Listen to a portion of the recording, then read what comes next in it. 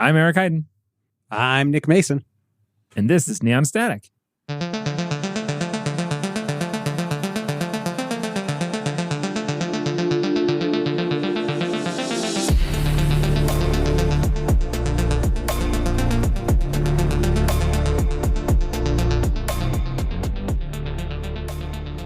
Welcome to episode 12 of Neon Static.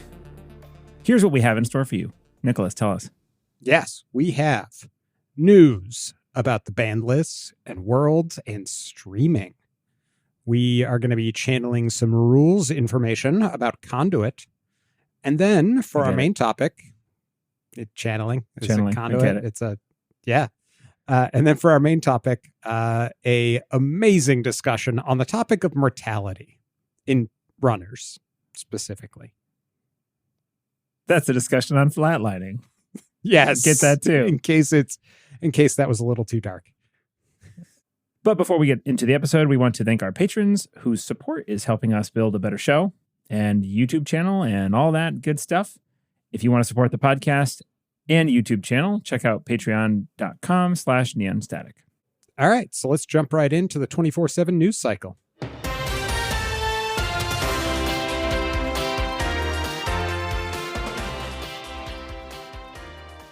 This just in, local doctor taken out and no. Taken out back. Yep. There was a band list update. And nobody feels bad. Derek does. One of our locals who's just a huge fan of this card. And apparently, as a result of liking this card, not a fan of us. What are we talking about? Of course, it's Dr. Vientian Keeling, which got banned, along with DreamNet. So one runner, one corp. That's fair. It's fair. That's how all band lists have to happen. Exactly. Yeah. Perfect symmetry. Perfectly balanced as all things should be. So Keeling was on the band list because of Ag Infusion, right? Yeah, the recent QTM discussion of their deck, which featured Keeling, Ag. It's not the first appearance that we've seen of this. It was like Guantanamo Bay deck list from out of a different testing group. Snare Bears, I think. This is an Ag Infusion deck, which features 3 Keelings, and Keeling is a card that reduces your hand size until you have to discard down to negative hand size and you die. And also is relatively painless, I think, for the corp to res. Is it 3 to res? And then 4 to trash? I believe that's the case, yes. Yeah. Doesn't matter. It's banned now. We're never going to see it again. But it's banned. Yes. And it was just really difficult to play against because there's very little good tech that exists. There's like pinhole threading, but even that, the Ag Infusion makes that a lot less useful. Yeah. There was an interesting mention in the article about En Passant being like tech for it, which I never had considered and I thought was interesting. Oh, because so that's the one where when you pass unresed ice, you can trash it? Exactly. So you can kind of slowly turn the Ag ability off by just, if they let you pass ice because they don't want to boop you anymore and they want to save for a future boop, you go, okay, well, that ice is gone now. But yeah, there's only 3 of those. 3 En Passants. Yeah. If you're running 3 En Passants. That's true. You are protected pretty hard for this one specific matchup. I suspect that you are sad almost all the time otherwise if you're doing that. Right. So, which is why, despite technically working, it's not actually good. I've never heard of anyone running En Passant in a try-hard deck, you know? Yeah. Yeah. So Keeling gets banned for being a card that allows you to sit there and do nothing and win the game. Yeah. As opposed to Super Deep Borehole, right? Which is the other card that has like the alternate win condition, which actively helps the runner while winning you the game, right? That's the cool counter play. This was tilted. The scales were tilted so far in the corp's favor for this card that it makes sense to me. Right. And Borehole might be too weak on that side. I think there was a midpoint that they missed. Specifically because Borehole leaves the bad pub in play after you trash it. That it would be interesting if it like reset, if it like when you trashed it, it did something. Anyway, let's not design cards. Yeah. Anyway, the other card to get banned was DreamNet. So this was a staple card in Hoshiko decks, and they're trying to rein in Hoshiko. Basically, it says that when you make a successful run, you gain a credit and draw a card if your identity is digital, which the backside of Hoshiko is. So you could get even more card draw in a deck that already drew a lot of cards. Figured they'd rein that in. It was basically only good in Hoshiko, right? There used to be Apex, and I want to say there was another. I don't know enough of the deep lore of the old ways. So it was a link of at least 2, or your ID is digital. So link 2 would be Sunny. Oh, Nova. So that was just for the credit gain part of it. But, the draw card was okay on its own. But with credit gain on top of it, it completely negated Hoshiko's downside of you draw a card and then gain a credit. So this is you draw 2 cards instead if you keep the ID active, which is a lot. So yeah, and Gachapon in faction. This was a huge enabler for these like big Hoshiko decks, 70-card Hoshiko decks. You would never dream of doing this, I don't think, without Gachapon and DreamNet. You wouldn't dream of it. Yeah. I'm sorry. Where you just put the Gachapon down, you can install a virtual resource, which this was, right? Yep. So you would go find this, and then this would enable you to dig through more stuff to find more Gachapons, and yeah. It was self-reinforcing card draw that negated your downside. That was just really good all around. And then the last card that got unbanned. Aha. Different. Was Lamb. Mm-hmm. That's 2 A's, in case yes. you've never heard of this card and you want to go look it up on NRDB. This one we'll read for folks who are newer to the game. It's a 4-cost 2MU icebreaker. It's a fractor, so it breaks barriers. And it says when you encounter a piece of ice, you may pay 2 credits to have it gain barrier until the end of the encounter. This is similar to Ngolo. Yep. Use this ability only once per turn. And then for 2 credits, you can break any number of barrier subroutines. And for 3 credits, plus 6 strength, which is pretty good, but 3 credits. And it has a base strength of 2. And Lamb got banned initially because of a couple of combo cards that interacted with it in ways that were just very, very strong. Knifed and Surfer were cards. Knifed was a card that would let you discard ice after you fully broke it. And then Surfer let you swap pieces of ice, kind of like Inversificator, but you could do it over and over and over again. So you could pay 2 credits to make anything a barrier with Lamb and then surf in the entire way through the server, which had the effect of making people's ice not matter, which stinks. It's funny. I didn't know why Inversificator was called surfing when you rode that one all the way in. Yes, it's from that. Now it makes sense. Yeah.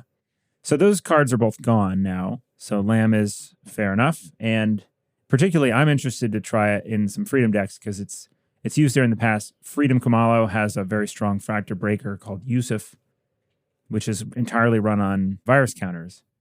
And now with Lamb, you can make anything into a barrier, and then you could use your Yusuf on it, which kind of negates the problem with Lamb in general is that it costs a lot to bump strength. It's great on a very strong, like an 8 strength barrier, but on the small stuff, it's very, very expensive. Anything that is 3 strength is a nightmare for you because you would have to pay 5 credits to break the subroutines. The only one where it is amazing is Endless Eula. Sure. Yeah. They break any number, right? But it costs 2 to break anything, which is like, it's a very high ceiling. So the small stuff, all of a sudden you have the step function where you're paying a ton of money. Yeah, it adds up pretty quick. Anyway, I don't think we're going to see a ton of Lamb. I think we might see some cool decks with it. I'm happy to see DreamNet take Hoshiko down a peg, and we'll see how prevalent. I feel like Hoshiko is still going to be pretty ubiquitous, but hopefully not quite as bad as it was. Clickless card draw plus the Anarch Econ engine without having to pay influence. That's the thing. So we'll see if it's enough. It'll be interesting. Worlds should be a pretty good event, though. I think that the meta is very diverse, which is cool.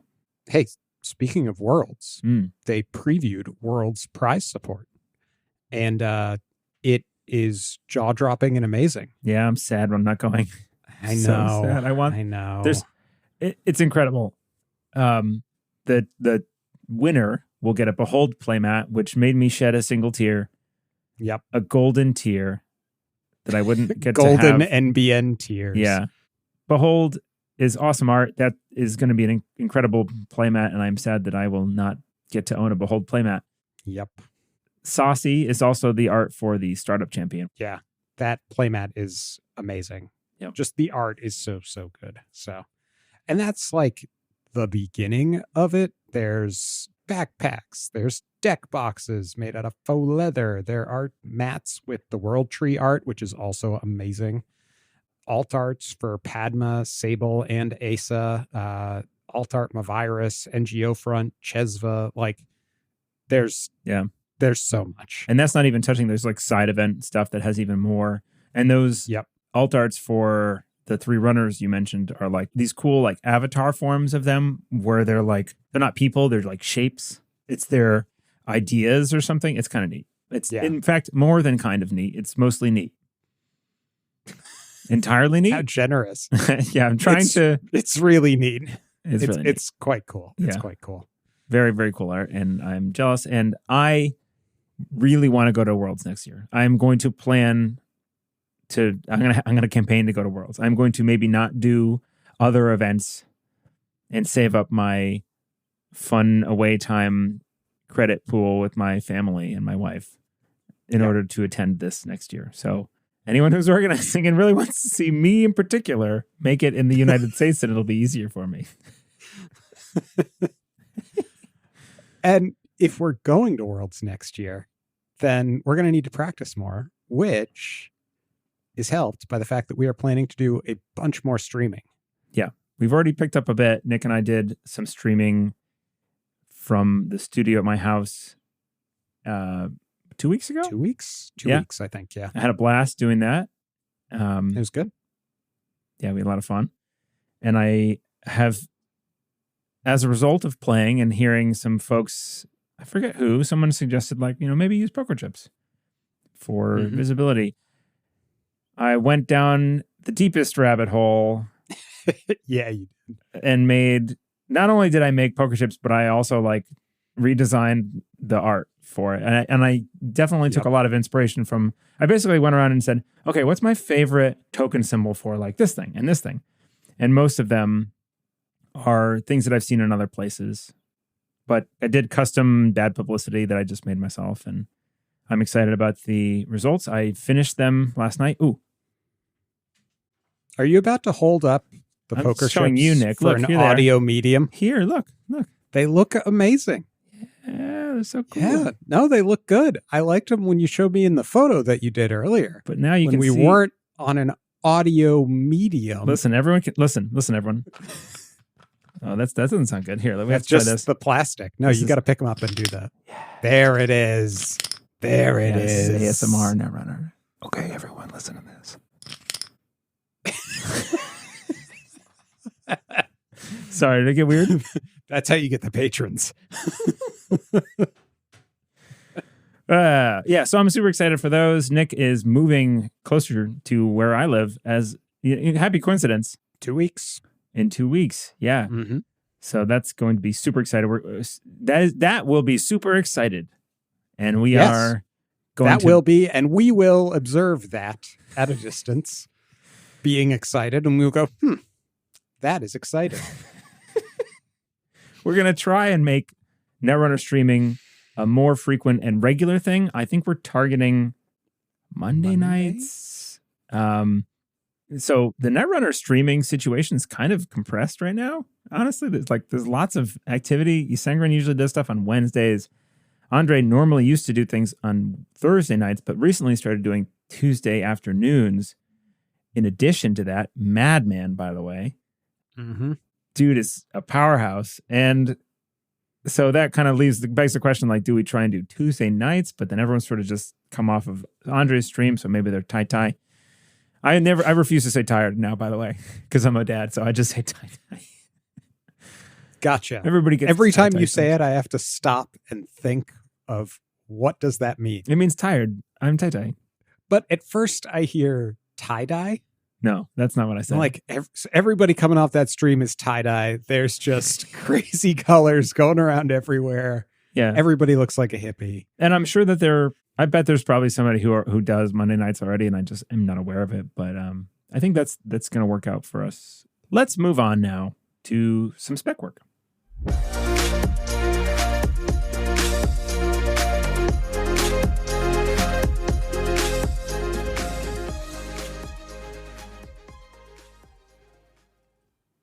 Well, this is where we talk about rules. And today's rules are about Conduit specifically. Conduit, rather uniquely, I think, for a lot of cards like this, is a virus, which I always forget. I always think of it as power counters, not virus counters. But what that means is that the corp can get tricky with Mavirus and other ways to purge mid-run, although I think Mavirus is the only one in standard right now. But if you've got a res Mavirus, you can trigger its ability mid-run to get rid of all those virus counters. But does that actually do anything if the Conduit run has already begun? And it does. It does. It does. So if the runner uses Conduit's action ability to run R&D, but Conduit is trashed before R&D is breached, how many additional cards does the runner access? And the answer is Conduit's action ability checks the number of hosted counters at the time its nested when you breach ability resolves. If Conduit is trashed before this, there are no longer any hosted counters, so the runner will not access any additional cards. And the same deal is true with Mavirus. Yep. Yeah, because it's either way, it's looking at the number of virus counters that are hosted on it when you breach R&D. Right. And just for full clarity, we'll read Conduit. It says, whenever a successful run in R&D ends, you may place one virus counter on this program. That's not the relevant section here. That's just how you get them. And then click Run R&D, period. And then, if successful, access X additional cards when you breach R&D. And that is the deal. X is equal to the number of hosted virus counters. So when you breach, you check X. And this came up in one of our recent games. We had to ask some folks in the know, and then also realized that we didn't need to ask because it's actually on the rulings for Conduit itself. So, yeah. And the other way that this can come up is that the runner can access things from the top of R&D that would purge virus counters, but those don't have any effect because the check has already happened. Access has already, exactly. Yeah, it's already determined how many X is and started accessing them. Right. It'll reset you for next time. You'll purge, and then after the run ends, you'll get one virus counter back on it because of Conduit. Yep. So that's it. That's a quick spec work for you. We are going to skip directly because we expect this episode's Into the Depths to be a bit thick. 2 Cs? 3. Maybe 3 Cs. We'll see.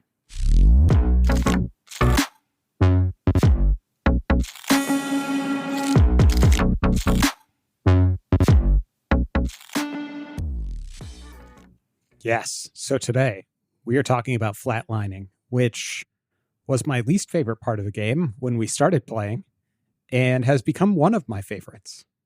Not quite as high up as the click. The almighty. As it is, the almighty click. It is something that I have really come to enjoy. So flatlining, when you're new, it's super frustrating, I feel like, because the cards that flatline you feel like they come out of nowhere and you can't really predict them. Particularly like in startup, the one that we saw a lot early was Public Trail End of the Line. So because that can happen in the same turn, if you just had 3 cards in hand, you can die. Yeah, it just comes out of nowhere, it seems like. I've seen it be the thing, literally the thing that's like somebody came up, I spent an hour and a half teaching this person a game and playing a game with them, and then happened to flatline them because I thought, this person was on board with this kind of stuff. And nope, just said, oh, well, there's no way to play against that, and then walked away. And I get it. How did you learn to go from one end of the spectrum where you didn't really love it to the other? Oh, yes. Flatlining, or How I Stopped Worrying and Learned to Love the Fork. This is basically, I think that flatlining being in the game makes you a better player on the runner side. The runner side can very often feel very random. You're looking at R&D and maybe you hit the agenda, maybe you don't. Maybe you get the agenda in that asset spam face down that just put out 4 assets or whatever.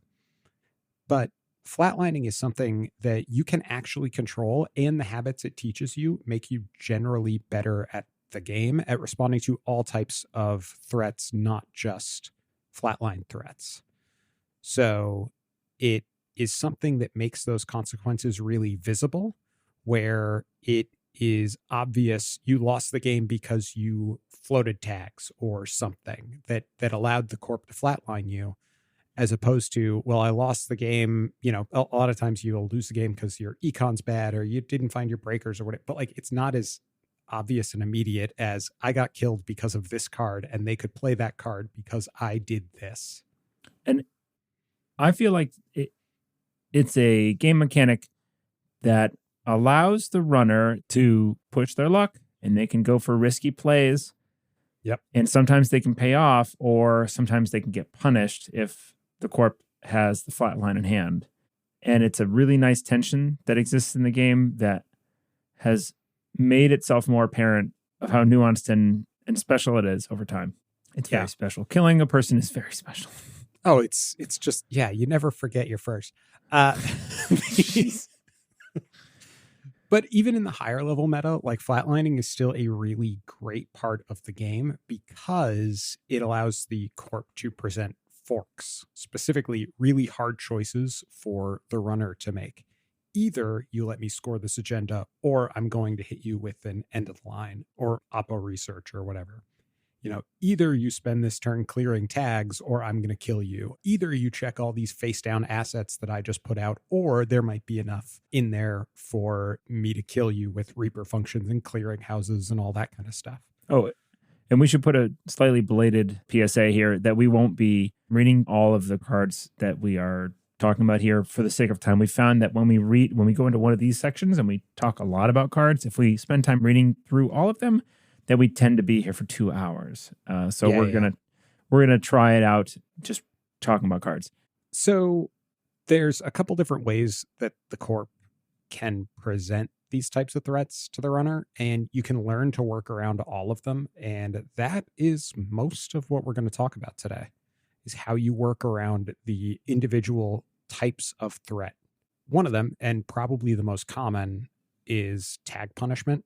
So boom, the just rotated deals 7 meat damage if the opponent has 2 tags, was probably the biggest of these, but the current ones are end of the line, which removes a tag to deal 4 meat damage, and Mindscaping, which deals X net damage, where X is equal to the number of tags they have. So it's a punish for floating a lot of tags. Right, and one of those is significantly stronger than the other. As far as like a lethal threat. Right.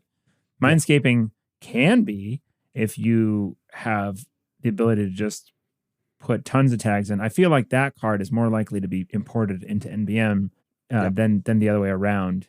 Like as a lethality threat in Jinteki, it fits nicely into their ping, ping, ping, ping, ping package, where if they can get a single tag on you because of a snare or something, they can capitalize on it and maybe kill you that way. But as far as Mindscaping being the thing to worry about, maybe there's a deck that comes into NBN.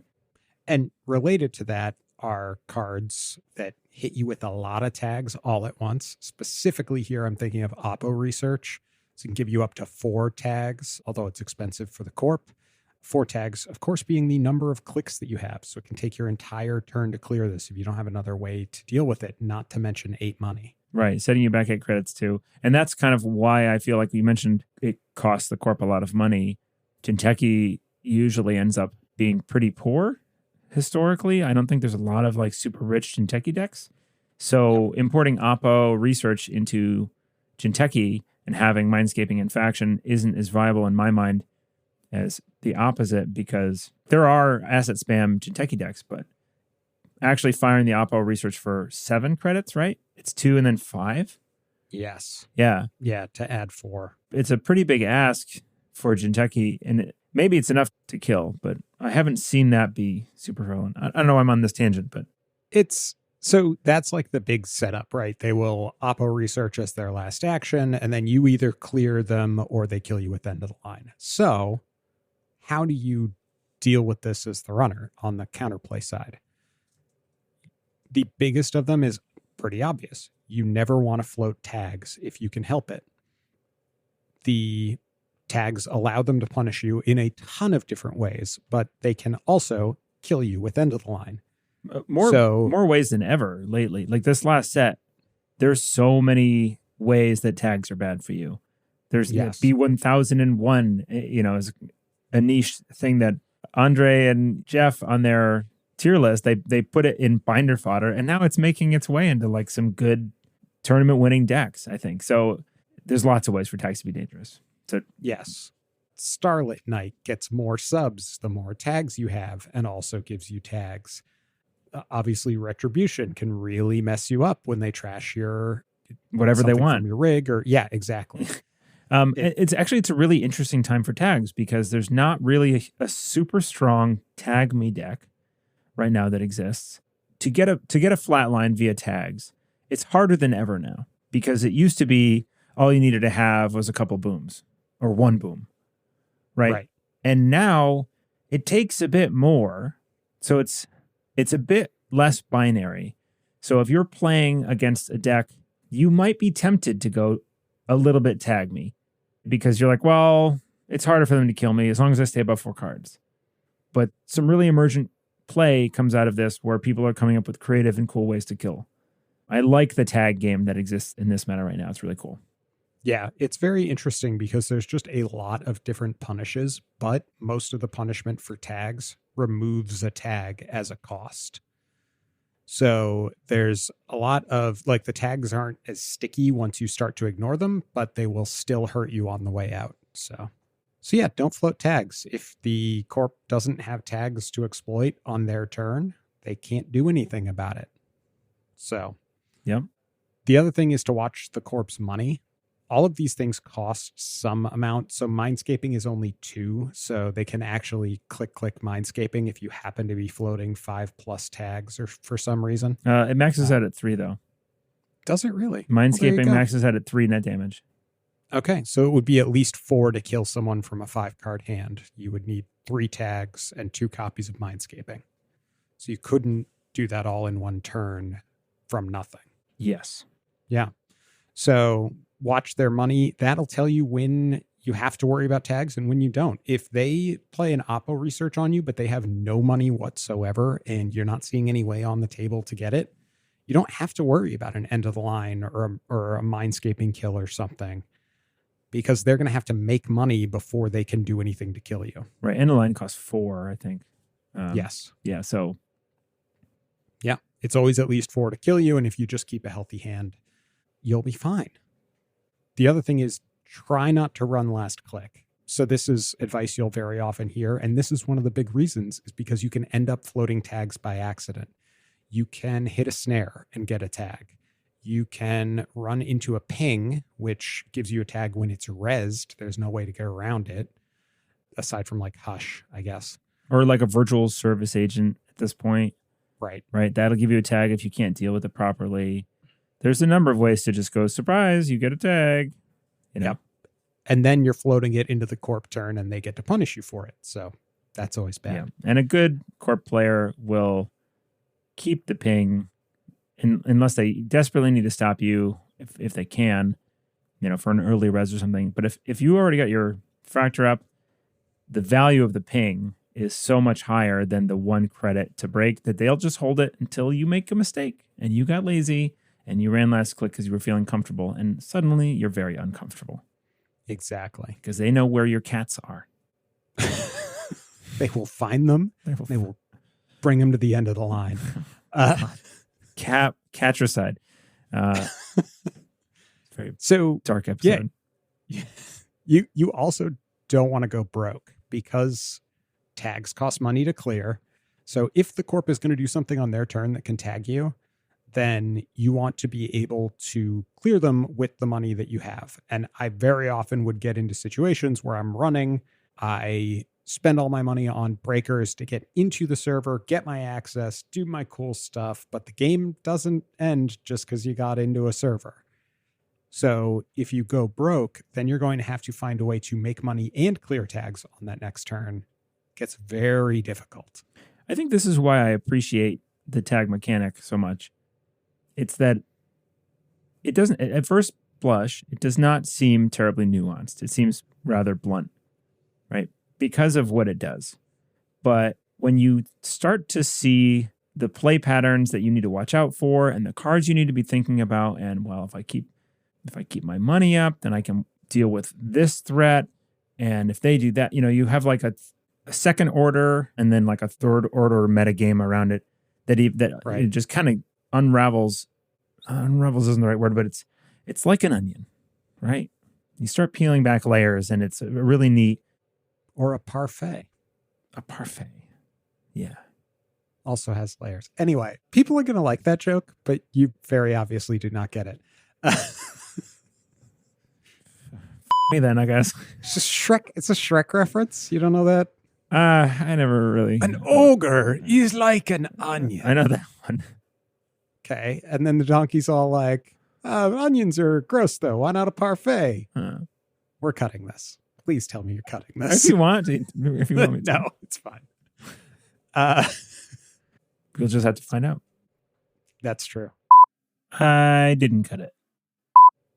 But yeah, it is one of those things that is very easy to kind of start seeing lines around, is how much money you have left over to deal with any tags that might come up. Not running last click so that you have a click to deal with whatever happens on the run, including tags. Always big. So then the other thing to note is Oppo research. It is only on if you trash a card or steal an agenda. So if you can avoid doing those things, the Oppo research won't be on. Now, stealing is a lot harder to avoid. If you hit the agenda, you're going to steal it unless there's some additional cost that you don't want to pay. But trashing is something that you have control over. So if you're just checking servers to see what is in there, what assets they have, you can just choose not to trash it if you don't have a way to deal with Oppo research if they were to do it to you next turn. Right. But like you said, you can't just check servers with impunity because they might have put an Oracle think tank out. And there's another way to just, oops, surprise, you get a tag. Or tomorrow's headline, oops, you get a tag. Like NBN is full of them, right? Exactly. So yeah, lots of ways for you to end up with a tag. And Oppo research, like you said, it's something that's trash or steal. And it's a combination of that and the economic piece you were talking about watching the corpse money, because that thing costs 7. And like R Plus makes it cheaper because the first tag is free for them. And so it really only costs 5. But for 4 tags, that's still a really expensive operation. Yeah, it's quite expensive. It's, 2 hurdles they need to overcome for that. And you can keep both or either of them in mind when you're trying to work around the tags. And as far as tag removal, that's another way that you can work around tags. You can just get rid of them quickly and easily once you've gotten them. Options for that includes no free lunch, networking, no one home, which will stop you from getting them in the first place, so long as you have some money. And then 2 new cards that come to mind for us, Wheels, Hana, Wheels. Pelintra. Thank you. Who allows you to click trash Hana, gain 2 clicks back, and remove a tag. And I feel like one of the best options for Anarch and for things, for IDs that want to do a lot of trashing, is Solidarity Badge. That's a great one. Now, the big key with Solidarity Badge being that it is at the start of your turn.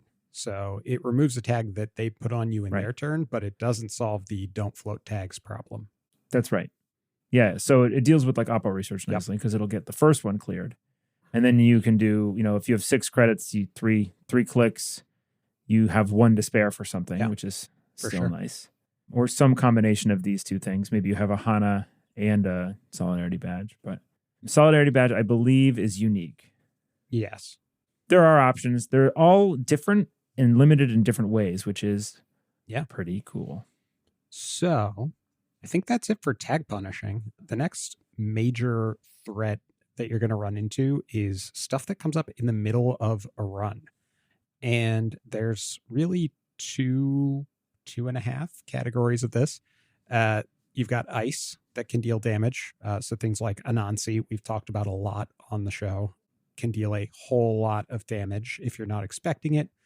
Anemone is very often used in setups for a finisher with other things where you res it and you can guaranteed deal at least 2 damage. The new Atini, and just in general, sentries. Sentries are very likely to deal damage, so you want to be aware of those and have your killer ready if you're running blind. But the other thing that can get you are the traps. So Snare, Urtica Cipher, really any PE agenda, but particularly Fuji Asset Retrieval, which does 3 damage when stolen, or Sting, which does at least 2, but can go as high as, I want to say 4 in a PE deck. 4. Yeah. That's the best case for Sting for the PE player, though. Right. So there's also Angelique Garza Correa, which can deal damage when accessed. Urban Renewal, which is played face up, so it's not really it's not a trap. It's a right. ticking time bomb, but fair exactly enough. with an additional cost to steal more than anything. And then the sort of the half category there is specifically House of Knives, the agenda that you can remove one of its agenda tokens from, and it gets 3 to deal a net damage once per run. So it can really throw off your counts if you're like, all right, I know that's a Fuji Asset Retrieval. I know I need to have at least 4 cards in hand to steal it and be okay. I'm going to go get it. And the opponent pings you with House of Knives on the way in. All of a sudden, that's a problem. Now, we haven't seen House of Knives since rotation as much because of the loss of Avocado Protocol, but it still exists, and someone will come up with a creative way of making it a pain in your butt. Oh, yeah. It's going to come up at some point. I mean, when the PE player has like 2 House of Knives scored out, let alone 3, that would be a dangerous situation. Anytime you, because they just keep them. They're like, here, I have these power counters. If they keep at least 1 on each House of Knife. If you're referring to House of Knives in a singular plural situation, how do you do it? Well, you would say houses of knives. It's an internal pluralization, like attorneys general. I mean, I'm right. So it's true. Yep. You're not happy about it, but I am right. I'm straight up mean sad about it. Just made that word up. Yep. More of a portmanteau than a word, but the I'm friends with you. Idiot. For the friendship or the speaking? Yeah. Exactly. Okay, so let's talk about counterplay. Yeah. The biggest one is to run with a lot of cards in hand. You do not have to stay below 5 cards until the end of the turn. So you could do like 2 clicks to draw or play a diesel, go up to 7, 8 cards in hand, and then make your run knowing that you're going to take some damage with more cards than you need. You can also watch the opponent's money. So a lot of the things that deal a lot of net damage or meat damage all in one go during a run cost money. So it's a theme. Yes. Yeah, a lot of things do. Corps need money to fund their bad behaviors and activities. Particularly Snare and Anansi. Snare is for money. That is not cheap, especially because the Corp can't always plan it when you're going to access it. Whereas if they're resing an Anemone or Anansi, they know they're making that choice and they can say, this is worth it right now. The other thing is when you are running blind into ice, have a killer or AI that can handle whatever sentries you may run into in that faction. And money to break. And then card-wise, specific card-wise, there are cards that can deal with net damage in particular. Airblades and No One Home are probably the 2 most common anti-net damage ones that I can think of. Right. So maybe it's Neither of worth which is that calling out that net damage is the most common damage type that you'll see in the middle of a run. You will see core damage, but it's much more rare and expensive and hard to pull off. And very often has a core damage unless the runner does X. Right. There are some unconditional core damage dealing cards. So like Bloop is an unconditional do 1 core damage subroutine. Yes, as a subroutine, so you can actually avoid it with the breakers. Right. So there are cards even on that you can play around it. Airblades and No One Home, though, I think are really the only two that we're seeing. And even then, it's mostly like you'll see like a 1X No One Home sometimes. Mostly it's just to bail somebody out and keep them from absolutely dying. Yeah, some players are playing around with like a 1 copy of Airblades. Just to see. I mean, it does also deal with the on-encounter effect, which is nice. Yes. But a lot of ice got printed with when you pass or when this encounter ends effects. So it's a little more niche than I think it was in the last meta. Right, that's right. So the next group of flatline threat types that you need to be worried about, well, worried is a strong word, I guess, that you need to be aware of are asset-based kill archetypes, I guess is what we're saying. And the threats in that group, we would consider things like Bladderwort, Reaper Function, Clearinghouse, Urban Renewal, actually, is more appropriate in this group of things. It's just like it's a thing that you need to deal with, or it will deal you damage if you don't.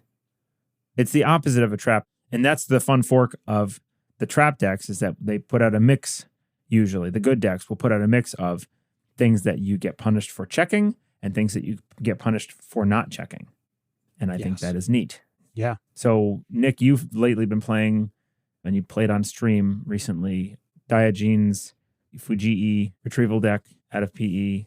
Yeah, which makes a lot of use of these types of asset-based kills. So these are almost always all things that trigger at the start of or on the corpse turn. So one of the best things that you can do as the runner, if you think you're up against this type of deck, is to end your turn with as many cards in hand as you can.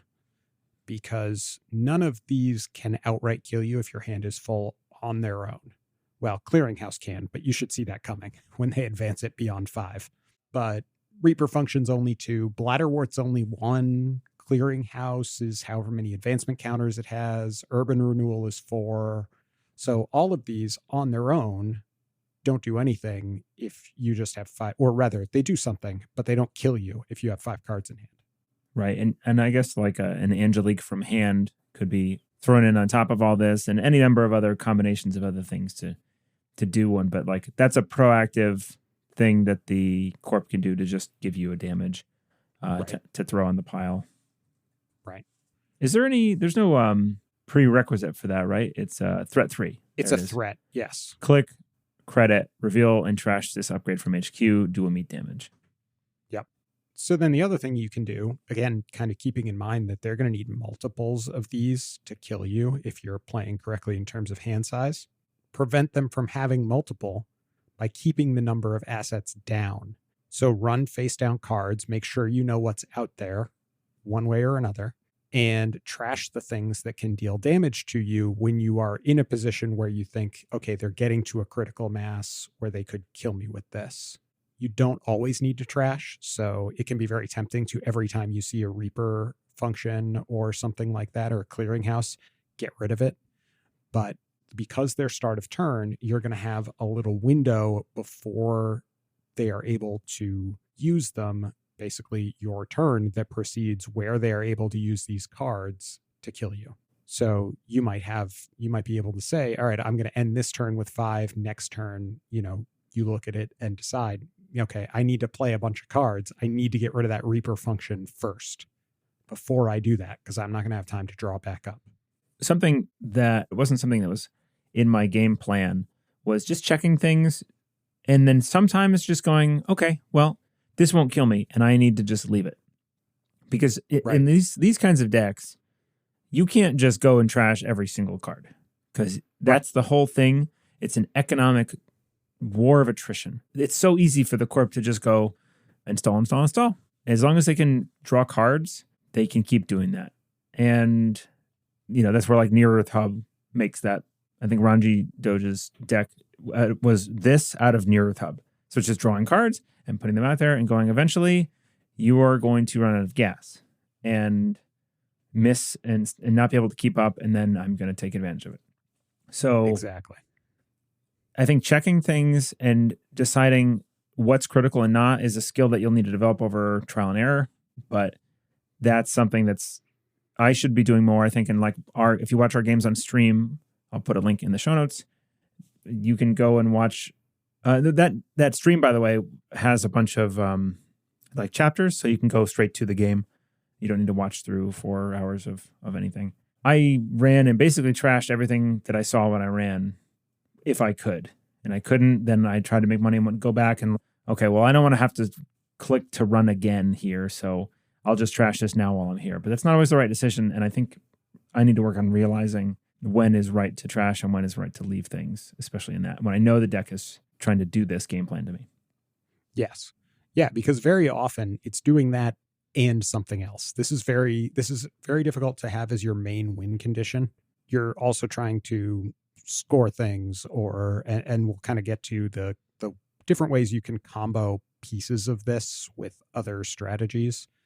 But it's something where if you are properly, shepherding your resources, not spending too much to kill all of their stuff and take that win con off the table, you can also address their scoring win con or their tag punishment win con or whatever else they're trying to do to win the game.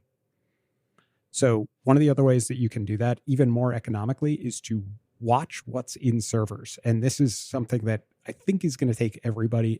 I am still terrible at it, but knowing what's in their hand or what they're about to draw off of R&D can help you identify, okay, I know that over the last 3 cards, he's seen, 2 upgrades and an asset that I need to worry about, like a Reaper function. So you can use that knowledge to say, all right, he created 3 new servers, but I'm pretty sure he doesn't actually have 3 assets to put out. So one of those is probably an upgrade that I don't need to worry about right now. It's not going to do anything on its own. There's ways that you can keep down the number of runs you have to make where you are just spending almost an entire turn checking servers to see if it's stuff you need to trash. Right. That is like really hard to keep track of. But if it's something that you can do, it can save you a lot of time and energy when you are trying to deal with these asset spam decks, if you know already what some of them are likely to be. Right. Another option generally is just like keeping econ down again for the corp, because those Reaper functions are expensive to res and fire. I think they're 3 a piece. Yep. Things just generally cost money, right? So if you find a Maryland or an Eco campaign, probably get rid of it. Bladder warts, give them money, although it does incentivize them to stay poor. But when it matters, they'll be poor. Yeah. Another thing about these decks that's hard to keep up with, and I think good advice generally that I've heard, is to try and make your runs early and then like 1 run, go trash a thing, and then spend the rest of your turn drawing and just kind of be conservative that way. In practice, that does end up being pretty difficult sometimes because the play pattern is install. So if you spend 2 clicks running, there's still a third unknown out there somewhere.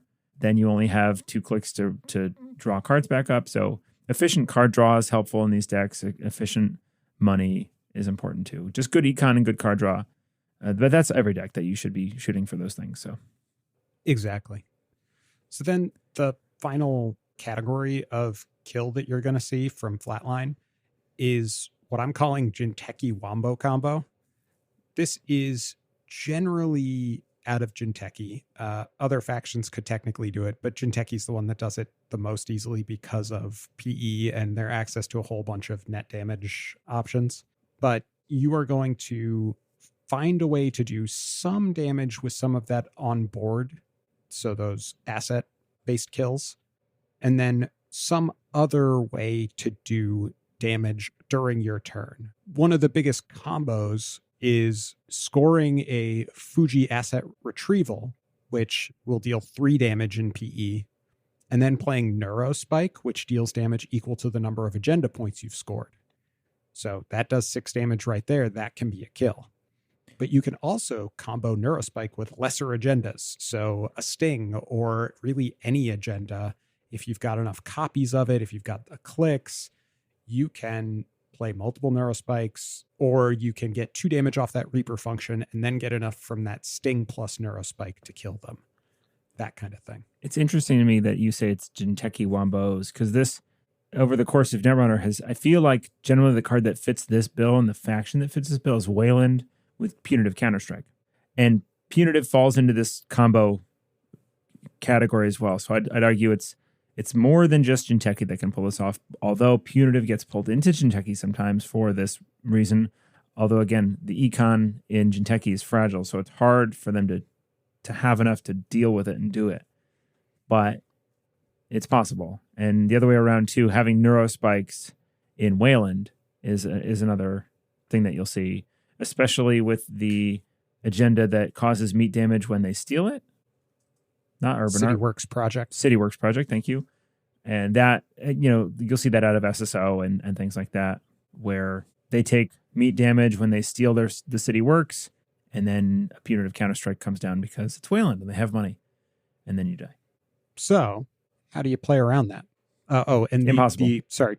Yeah, exactly. You just die. No, the one other thing to mention, Angelique being played from hand, that 1 damage doesn't seem like a lot, but it adds up a lot of different situations where you are one off, and now Angelique can get you there. So right, and the same can be said for Snare, not in that same proactive use of 1 damage, but just imported into Wayland or any faction really that's trying to kill you is a way to push you over the edge. I guess this is sort of completely unrelated to what you were saying. I'm sorry, but we haven't really highlighted Snare as a key player in this. Just like, oops, made a mistake, ran too late, wasn't thinking about Snare, and then it catches you off guard, and now you're effed. And by effed, I mean flatlined. Yeah, I think Snare is, at least in the current meta, sort of like the trap that you are most likely to see. There's Nightmare Archives out there. There are some Urtica ciphers and things like that. But Snare is really the one that most people are most likely to import if they're going to, because it also gives tags. It's good for NBN, R+, or Tag Storm decks. It's good for dealing damage. It slows the runner down. It makes them slow down and take things a little more deliberately. So it's just a very good card to be aware of. Costs 4 money to trigger. It also triggers off of R&D or from the hand, so it doesn't need to be installed like Urtica Cipher does. Just a very, very powerful card. Or like Cerebral Overrider does, which is seen even less play, but that's right. That's a really nasty one, especially in those decks that are trying to do like the mid-run kills. When your hand gets reduced, it gets even more dangerous. So then how do you play around it?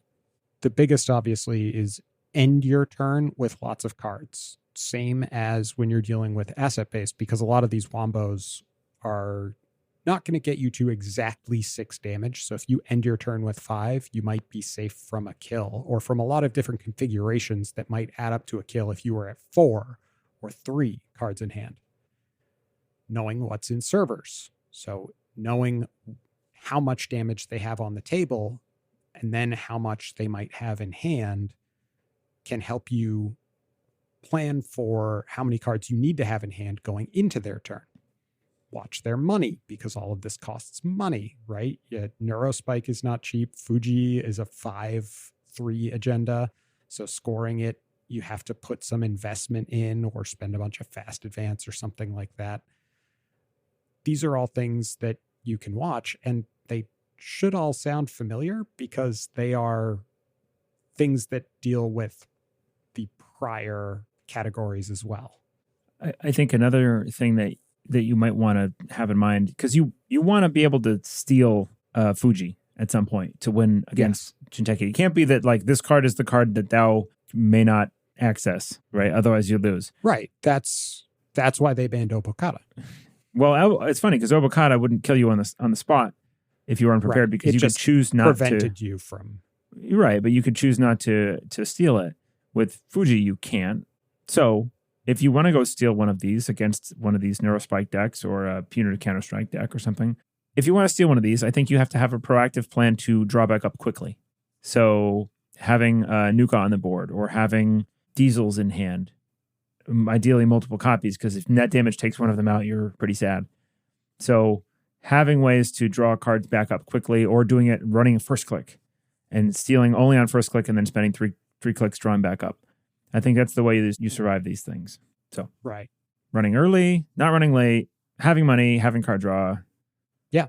All these are tips against all of them, but it's just interesting to see how they apply to each type. So, and there's some like bad advice too, like run Caldera. If you're really like struggling against net damage, you could run a Caldera and then you can just pay your way out of it.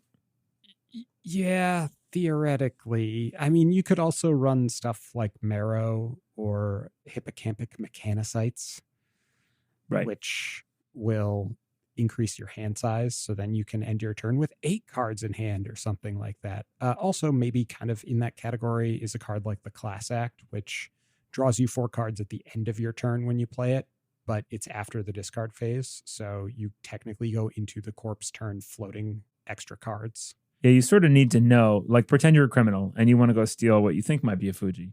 You would have to know, I'm going to steal that this turn and play it.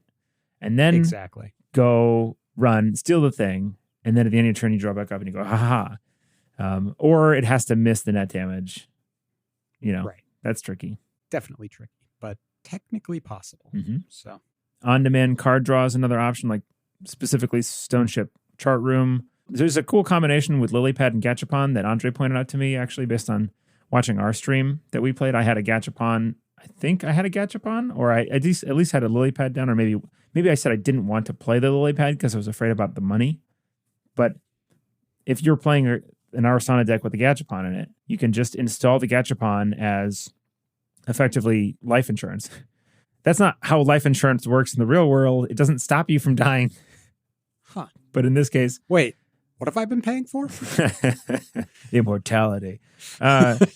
You can, start of the corp turn, they start to go off. They hit you with damage. So say a Bladderwort goes off. You can say, okay, hold on a second. I'm going to, before you punitive Counter-Strike or Neurospike me, I'm going to fire my Gachapon. And, oh, look, I found a program, install it, draw a card off of Lilypad, and I'm safe from death. So, and that's the big thing about the on-demand is, and there's not a ton of this, things that can draw you cards during the corpse turn. So that's why Stone Ship is a big one, because it's just a trash. It's not a click. It's not something that has to be played from hand or anything.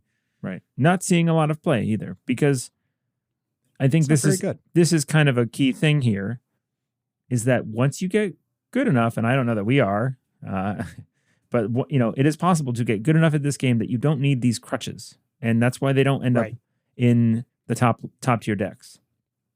Right, and the vast majority of ways that we've mentioned to deal with damage and avoid flatlines are not run this specific card.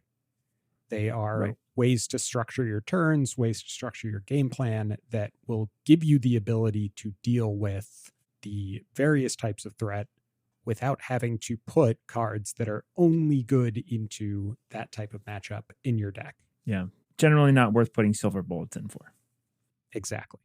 So the one other thing to keep in mind is that not every corp deck can flatline you. Again, these are all good tips to have generally. Not running yourself broke, having a decent hand at the end of your turn so that you have options the next turn, having money, knowing what the corp has down as far as assets, what they're drawing. All these are good things to do in any deck, but they are most obviously good here in the specific matchup where you're worried about getting flatlined.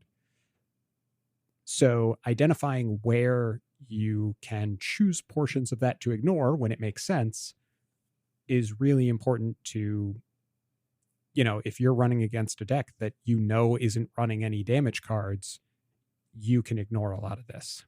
But watch out, because a lot will run 1 or 2 just to keep you honest. So that Tagstorm NBN deck might have a bunch of psychographics and shipments from Vladisibirsk and that kind of stuff. but it could run one or two end of the line just to kill you in case you get sloppy. Yeah, Corp's got to keep runners in line, you know?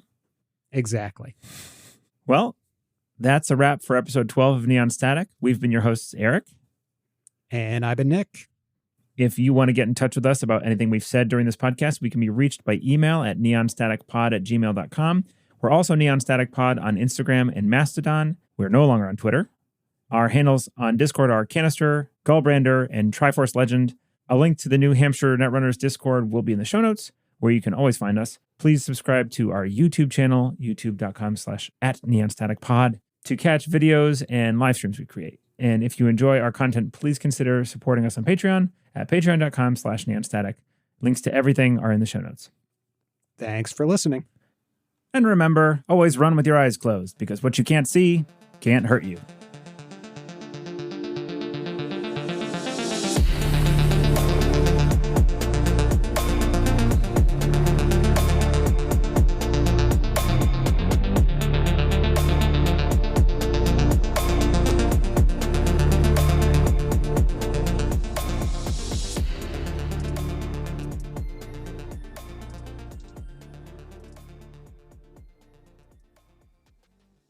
Nicholas, are you recording?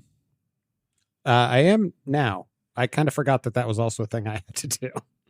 I'm happy that I checked. Dear Lord, I'm happy I checked. Oh, I just had a weird nose hair thing. It hurt. Listen, this is real life. Okay? You might not look like it, but this is what it looks like. Peak performance. Yeah, exactly. Did you say you might not look like it? I love that. Thanks. 3 keelings, and the main win condition is strangle the runner until they asphyxiate. How do you say that word? Asphyxiate. I dare you. Say it. Asphyxiate. Ass. Fix. Ass fix. Yeah, it's an ass fix. That's why I can never do it right. Ass fix that he ate. Asphyxiate. Anyway. Wait. Hold on. We got to roll that back a little bit. Okay. All right. And the main win con is for keeling to strangle and asphyxiate. Wow. I just found my thing that was your thing last time. Asphyxiate. Shit. I don't want to do editing.